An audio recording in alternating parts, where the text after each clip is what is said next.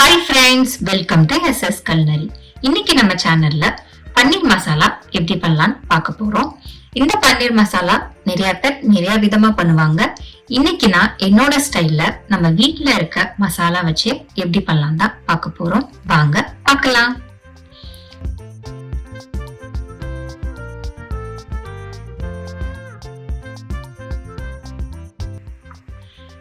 பன்னீர் மசாலா பண்றதுக்கு முதல்ல மசாலா ரெடி பண்ணிடலாம். அதுக்கு நான் ஒரு பவுல்ல மீடியம் சைஸ் வெங்காயம் 2 ஸ்லைஸா கட் பண்ணி சேர்த்துக்கிறேன். அதே சைஸ்ல 2 தக்காளி ஸ்லைஸா கட் பண்ணி சேர்த்துக்கிறேன். இது கூட 5ல இருந்து 6 பல்லு பூண்டும் சின்னதா ஒரு துண்டு இஞ்சியும் கட் பண்ணி சேர்த்துக்கிறேன். 3 வரமிளகாவை இது கூட சேர்த்துக்கலாம். 1 டீஸ்பூன் ஜீரகம் சேர்த்துக்கலாம். 1 டீஸ்பூன் சோம்பு சேர்த்துக்கலாம். 1 டீஸ்பூன் மிளகு சேர்த்துக்கலாம். 2 டீஸ்பூன் தனியா சேர்த்துக்கலாம். இப்ப இது எல்லாமே நைஸா அரைச்சு கொண்டு வந்துக்கலாம். இப்ப ஒரு சின்ன பவுல்ல 1/2 கப் அளவு தயிர் எடுத்திருக்கேன். இது கூட 1 டீஸ்பூன் மிளகாய் பொடி சேர்த்துக்கிறேன். 1/2 டீஸ்பூன் மஞ்சள் பொடி சேர்த்துக்கிறேன். 1/2 டீஸ்பூன் மல்லிப்பொடி சேர்த்துக்கிறேன். இப்ப இது எல்லாமே நல்லா மிக்ஸ் பண்ணிக்கலாம்.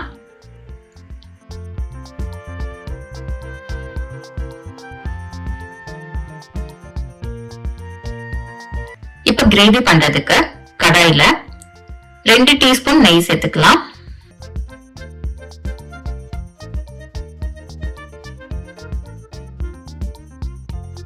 இது கூட கொஞ்சம் எண்ணெய் ஊத்திக்கலாம். எண்ணெய் கொஞ்சம் சூடானதும் கட் பண்ணி வச்ச பன்னீரை இதுல சேர்த்துக்கலாம். பன்னீர் எல்லா பக்கமுமே கொஞ்சம் லைட்டா ஃப்ரை ஆகுற மாதிரி பாத்துக்கலாம்.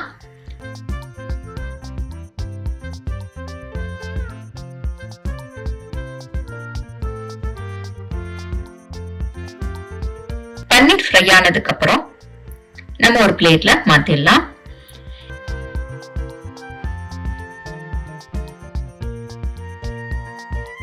இப்போ பன்னீரை ஃப்ரை பண்ண அதே எண்ணெயில நம்ம அரைச்சு வச்ச மசாலாவை சேர்த்துக்கலாம்.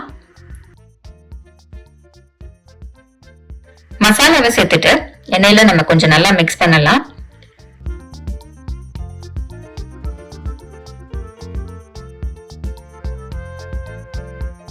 இப்ப இது கூட 1 டம்ளர் தண்ணி ஊத்திக்கலாம். தண்ணி ஊத்திட்டு நம்ம நல்லா மிக்ஸ் பண்ணிக்கலாம்.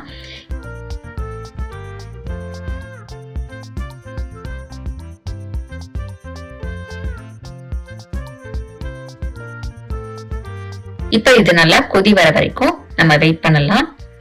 இந்த மசாலாவோட பச்சை வாசனை எல்லாம் போகணும். அப்பப்ப மிக்ஸ் பண்ணிக்கிட்டே இருங்க.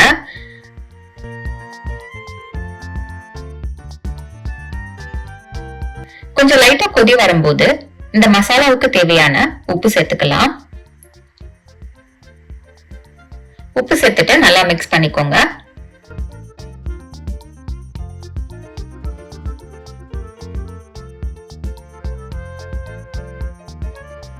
இப்ப மசாலா நல்லா கொதி வந்துருச்சு. நம்ம ஊத்தின தண்ணியோட அளவு கொஞ்சம் குறைஞ்சிருக்கும். மசாலா கொஞ்சம் திக்னஸா வந்திருக்கும்.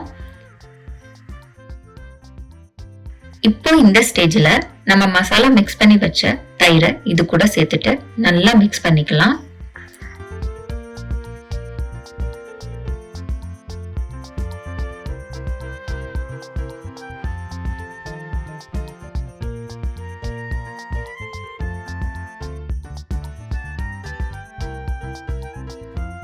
தயிர் சேர்த்ததுக்கு அப்புறம் கொஞ்சம் கொதி வர வரைக்கும் வெயிட் பண்ணலாம்.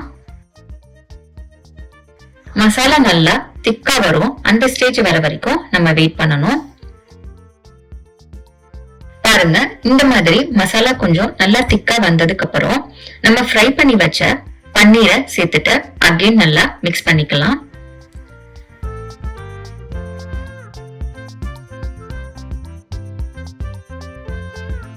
பன்னீர் நல்லா மிக்ஸ் ஆனதுக்கு அப்புறம் 1 நிமிஷம் நம்ம மீடியம் ஃப்ளேம்ல குக் பண்ணலாம். இது சப்பாத்தியோட வச்சு சாப்பிடும்போது டேஸ்ட் ரொம்ப நல்லா இருக்கும். 1 நிமிஷம் கழிச்சு நம்ம ஸ்டவ் ஆஃப் பண்ணிடலாம். அவ்வளவுதாங்க, டேஸ்டியான பன்னீர் மசாலா ரெடி ஆயிடுச்சு. இந்த டேஸ்டியான கிரேவியை நீங்களும் வீட்ல ட்ரை பண்ணி பாருங்க. டேஸ்ட் எப்படி வந்தது மறக்காம கமெண்ட் பாக்ஸ்ல கமெண்ட் பண்ணுங்க. உங்களுக்கு இந்த ரெசிபி பிடிச்சிருக்கும் நம்புறேன். அப்ப அப்படியே லைக் பண்ணிட்டு உங்க ஃப்ரெண்ட்ஸ் ஃபேமிலி எல்லாருக்குமே ஷேர் பண்ணுங்க. நெக்ஸ்ட் டிஃபரெண்டான வீடியோல உங்களை பாக்குறேன். பாய்.